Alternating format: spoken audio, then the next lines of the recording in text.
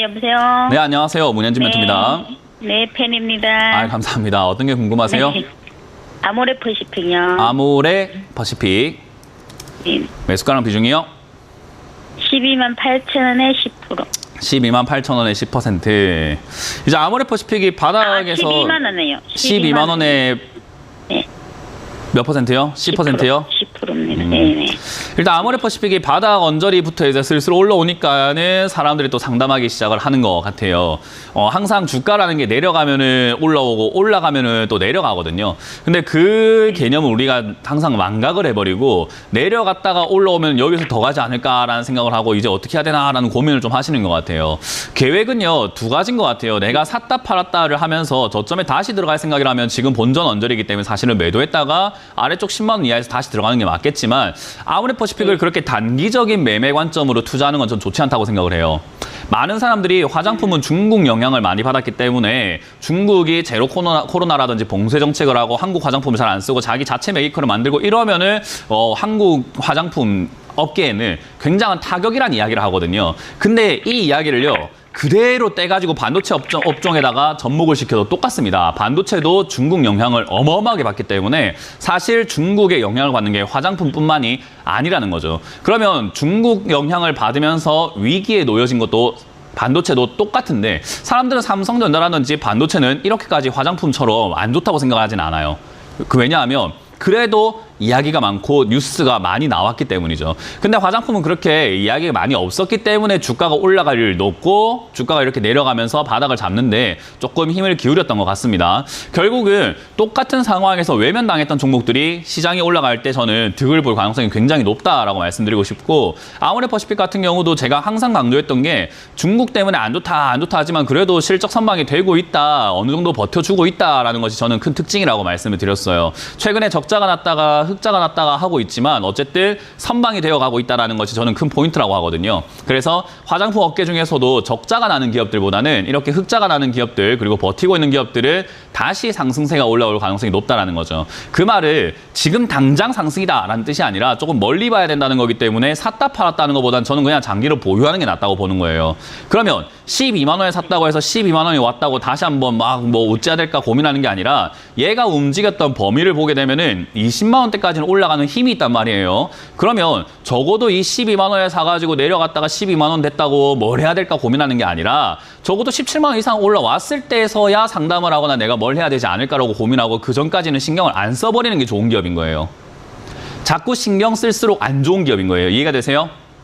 네. 그래서 가격이 그렇게 높은 가격은 아니기 때문에 추가하면서 안 하는 게 좋겠다 생각이 들고요. 그대로 홀딩했다가 여기서 올라오면 다시 또 빠지게 됩니다. 다시 빠졌을 때 95,000원이라던가 9만 원까지 다시 내려와서 쌍바닥을 그린다면 그때 추가 매수 조금 진행하시는 게 저는 어떨까 싶거든요. 그래서 네. 지금 뭐 요거 조금 올라왔다고 조금 내려갔다고 일일비하거나 계획을 자꾸 바꾸려고 하지 마시고 목표가를 저는 17만 원 이상까지 정해놓고 17만 원 이상 안 오면 그냥 쳐다도 보지 마라라는 이야기를 해드리고 싶어요. 저는 혹시라도 이제 여기 12만 8천 원에서 왔다가 또 빠지고 그래서. 네, 그런 거 보고 있지 마라는 말씀을 지금 드리고 있던 거죠. 네네. 네, 그런 거 볼 필요가 없습니다. 일일비하고 뭐 12만 원 왔다가 내려갔다 하는데 어떡할까요? 아닙니다.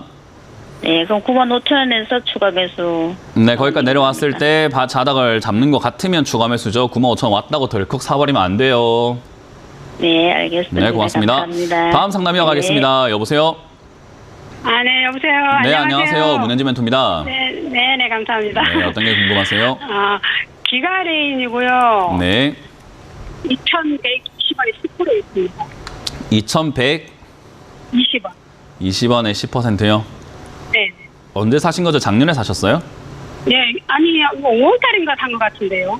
5월이요? 네. 뭐 일단 지금 흐름 자체가 한번 더 튀어 올라갈 수 있는 차트 모양이에요. 이거는 뭐 회사가 좋고 나쁘고는 별로 아니고요. 이건 좋고 나쁘고는 아무 의미가 없습니다. 이 회사는 별로 좋은 회사는 아니고 업황 자체도 사실 뭐 반도체 설비라든지 장비 그리고 5G 쪽으로 이렇게 연결돼 가지고 여기저기 엮여 있어요. 그래서 이 회사를 좋다라고 하기는 상당히 좀 애매하다라고 보시면 좋습니다. 그래서 이게 뭐 RF 통신 부품, 반도체 장비 이렇게 하다 보니까 반도체 장비에도 좀 엮여 있고 통신 장비 쪽, 그러니까 5G 쪽에도 좀 엮여 있다 보니까 사실 어느 쪽에 좀 더 크게 영향을 받는가 하면 5G 쪽을 영향을 좀 많이 받아요. 그래서 최근에 5G 관련주들이 바닥에서 살짝 이렇게 튀어 오르려고 머리를 살짝 들고 있거든요. 그래서 예. 5G 관련주 쪽으로 수급이 살짝 들어가려고 하다 보니까 얘도 조금 꿈틀거리고 있다 보시면 좋을 것 같고, 그런 상태에서 네. 아직까지는요, 저는 이게 뭐 엄청 튀어오를 수 있는가라고 하면은 뭐 전고점을 뚫을 만큼의 엄청난 파급 효과가 있을 것 같지는 않아요. 그래요. 그래서 그럼 일단 몇 주까지는 올까요? 일단 한 번 더 튀어오를 수 있는 기술적 차트 모양을 만들고 있거든요. 그래서 예. 이 자리에서는 일단은 홀딩 하셨다가 한 번 더 튀어오르면 본전 정리하시는 게 어떨까? 본전까지 올라올 때 만약에 거래량이 좀 많이 발생되면 2,500원까지 갈 수 있는데, 그거는 시청자님이 판단할 줄 알아야 돼요. 제가 지금 여기서 올라오지도 않았는데 판단을 미래에 있는 일을 판단할 수는 없는 거거든요. 예. 네, 그래서 여기 2,100원까지 올라왔을 때 거래가 좀 한 2천만 주 이상은 좀 발생되는 게 좋을 것 같고요. 거기서 어떤 슈팅이 좀 크게 나온다면 2,500원까지 갈 수 있는데, 판단이 좀 어렵다면 그냥 내가 할 수 없는 거니까, 내가 판단이 안 되는 건데 자꾸 욕심 부리지 말고 본전에서 정리해버리시는 게 어떨까라는 생각이 듭니다.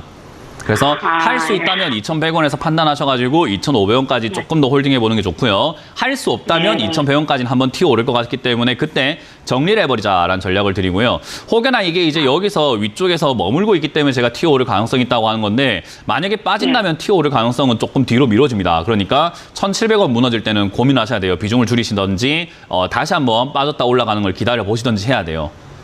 그게 지금 굉장히 좀 대응하기가 어렵죠. 그죠? 복잡하니까. 네, 그래서 이런 기업은 투자를 안 하시는 게 제일 좋다라는 전략을 드려보고 싶습니다. 예. 그래서 일단 1,700원 무너질 때 저는 개인적으로 좀 비중을 줄이시는 게 낫지 않을까라는 생각이 드는데, 지금 이 가격에서요? 아니죠. 지금 제 이야기를 들어주세요. 1,700원 무너질 때라고 이야기했어요. 예. 네, 1,700원이 무너질 때 그랬으면 좋겠는데, 일단 저기도 무너질 때 어떤 형태로 무너지는가도 좀 중요해요. 그러니까 가격을 정해놓고 어떻게 해야 된다는 전략이 아니고, 무너질 때 그냥 지나가는 무너짐일 수도 있고, 아니면 진짜 폭락을 하기 위한 무너짐일 수도 있잖아요. 그죠? 네. 그래서 그 상황을 보고 해야 되는데, 이거 시청자님이 사실 할 줄 알아야 돼요. 왜냐하면 지금 전화 상담 한 번만으로 어떻게 될 수 있는 종목이 아니라는 거예요. 그래서 저는 개인적으로 어려운 종목이네요. 어려운 종목이기도 하고, 시청자님 실력 없다는 것도 되겠죠. 그러니까 실력을 키우셔야 됩니다. 그래서 공부를 먼저 하시길 바라고, 이거는 제가 정해드린 것처럼 1,700원 무너지는 날 바로 전화를 하셔가지고, 어떤 전문가라도 이 차트는 대충 알 거예요. 그래서 저점 무너질 때 어떻게 해야 되는지 어떤 전문가들한테 물어보셔가지고 대응 전략을 좀 알려달라 하시는 게 맞고, 본전 왔을 때 아까 말씀드린 것처럼 판단이 좀 어렵다 하시면 그냥 바로 전략 매도 의견 드립니다. 네, 고맙습니다. 알겠습니다. 네, 수고하세요. 다음 상담 이어가겠습니다. 여보세요? 네, 조금 많습니다. 네, 안녕하세요. 문현진 멘토입니다. 네, 조금 많습니다. 네, 어떤 게 궁금하세요? 포스코 ICT인데 한 매수한 지 오래됐습니다. 한 8,500원에 50%인데. 네. 네. 회사가 하는 일이 괜찮은 일을 하고 있는지 전망이 좀 궁금하고, 네. 제가 지금 상당히 높은 가격에서 지금 매수를 했는데 앞으로 전망이 좀 어떤지 궁금합니다. 전망은 궁금한 건, 지금 이제 와서 궁금해하는 건 조금 웃기죠, 그죠? 네네. 네, 사놓고 전망을 궁금해하는 것 자체가 좀 웃긴 거예요. 그러니까 시청자님 어디 쇼핑할 때 물건 뭔지도 모르고 사고 와가지고 집에 오니까는, 와, 이 물건이 좋은 건지 나한테 필요한 건지 생각해보진 않잖아요, 그죠? 예. 먼저 생각을 해보고 사는 게 맞는 거거든요. 그러니까 지금 와가지고 전망은 생각하지 마세요. 그 전망을 생각하는 거는, 야, 나 지금 물려서 힘들어 죽겠으니까 제발 전망 좋다고 해줘라고 하는 거랑 똑같은 거예요. 맞습니다. 내가 듣고 싶은 이야기 듣고 싶은 건데, 전망 안 좋은 기업이라는 건 없어요. 주식시장에 상장되어 있는 2,000개 종목 중에서 전망 안 좋은 기업은 아마 50개도 안 될 겁니다. 상표 위기에 놓여져 있는 기업들 빼고는 대부분 다 전망은 좋다 이야기를 해요. 네네. 그러니까 전망 계속 생각하고 있으면 아무 의미가 없어요. 지금 생각하시면 되는 건, 아까 시청자님도 스스로 말씀하셨지만 비싸게 샀다는 게 제일 중요한 거예요. 네네. 아무리 전망이 좋다 하더라도 우리가 비싸게 살 필요는 없거든요. 그죠?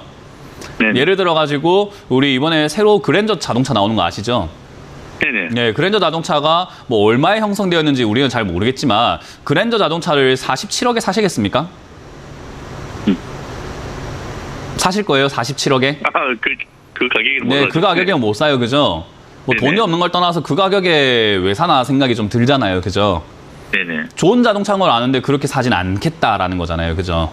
네네. 똑같아요. 포스코 ICT라는 기업이 뭐 전망이 좋습니까? 회사가 뭐 돈을 법니까? 이런 건 아무 의미 없어요. 비싸게 산 게 문제예요. 그냥 바가지 쓰신 거라는 거죠. 그래서 포스코 ICT라는 이 기업은요, 상장된 이후로 4,000원부터 8,000원까지, 그러니까 9,000원까지 왔다 갔다 했는데 지금 시청자님 매수가가 8,500원입니다. 그럼 돈 벌 수 있다는 겁니까? 물리기 좋다는 말입니까? 물리기 좋겠죠. 네, 그거예요. 그냥 이 기업이 포스코 ICT가 뭐 하는 기업인지 전망인지가 아니고 잘 보세요. 시청자님 TV 잘 보고 계시죠, 지금? 네, 보고 파란색 있습니다. 선을 제가 2개를 그어놨는데요. 위쪽이 네. 지금 시청자님 매수가예요. 맞습니다. 네. 아래쪽이 지금 제가 생각했을 때 맞고 올라갈 수 있는 그런 최저점이거든요. 어느 쪽에 가깝게 사야 유리한지는 뻔히 보이는 기업이에요. 그러니까 전망하고 상관없이 가격은 얘는 9,000원대가 올라가면 떨어지는 기업이었고 4,000원대가 되면 올라가는 기업이었던 거예요. 그냥 전망이랑 상관이 없어요. 아, 예. 그러면 이것만 생각하면 되는 거예요. 비싸게 샀구나라는 거. 그래서 지금 와가지고 전망, 그런 거 생각하지 마시고 얘가 어쨌든 네네. 최근에 5,000원 이하로 살짝 빠졌다는 것을 4,000원대까지 떨어졌다는 거죠. 그죠? 네네. 그럼 4,000원대 가깝게 떨어졌다는 건 이제 앞으로 어떤 차례라는 겁니까? 올라갈 차례인 것 같습니까? 내려갈 차례인 것 같습니까? 올라가겠죠. 맞습니다. 올라갈 차례인 게 그냥 끝인 거예요. 그냥. 아, 그러면 시청자님처럼 위에 사가지고 물려는 사람들이야 고통을 받겠지만 지금 TV 보고 있는 사람들은 뭐 할 기회라는 겁니까? 이익을 보겠죠. 지금. 그렇죠. 이제 사가지고 이익 좀 볼만한 단계까지 와 있는 거예요. 그냥 그 타이밍을 못 잡으신 거예요. 제가 작년부터 네. 현금 들고 기다리면 다 싸게 내려오니까 살 기회 생깁니다 했던 게 이 이야기예요. 네. 그러면 지금 당장에 6,000원까지 올라왔을 때 굳이 살 이유가 있을까라고 하면은 4,000원부터 8,000원, 9,000원까지의 6,000원이면 거의 중간쯤이기 때문에 여기선 살 이유가 없고 시장이 조정 네. 들어갈 것 같으니까 빠지면은 올라갈 가능성이 높다라는 거겠죠. 네. 그럼 빠져내려갔을 때 사실은 시청자님도 지수가 다 빠지고 바닥을 잡게 되면은 시청자님도 추가 매수도 가능할 수 있는데 비중이 지금 50%니까 추가 매수하기가 버거워요. 부담스럽고. 그러니까 추가 매수 없이 시청자님은 약간 그냥 홀딩 하셔가지고 남들 네. 수익 볼 때 나는 본전 찾고 나가자 생각하면 돼요. 전망이랑 상관이 있습니까? 없습니까? 아, 없고. 예, 없어요. 그냥 알겠습니다. 내가 비싸게 산 게 문제인 겁니다. 그냥. 네. 그래서 전망은 어차피 좋은 기업이고 소프트웨어업을 하고 있고 정보통신업 이런 거는 지금 안 좋을 수가 없는 산업이기 때문에 전망은 누구한테 물어봐도 좋다고 할 거고요. 돈도 잘 벌고 네. 있잖아요. 그러니까 안 좋다고 네. 이야기하는 사람 아무도 없을 거예요. 그냥 비싸게 산 겁니다. 이제 싸게 사는 게 제일 네. 중요한 거고. 그러면 어떻게 네. 하면 되냐면 이번 첫 단추는 그냥 아프지만 푸세요. 본전이든 손실이든. 다음번에 네. 포스코 ICT는 얼마에 사면 된다? 아, 4,000원. 네? 4,000원에 가깝게 내려오면 전망이 궁금해야 됩니까? 그냥 사면 되는 겁니까? 그냥 좀 사야 되겠죠. 예. 네, 그게 정답입니다. 앞으로 전망 궁금해하지 마세요. 전망 궁금해하고 전망이 어떤가 생각하니까 이렇게 8,500원에 좋다 하니까 사는 거예요. 예. 전망을 궁금해하시면요, 그냥 홍보당하고 바가지 쓰고 있구나 생각하시면 됩니다.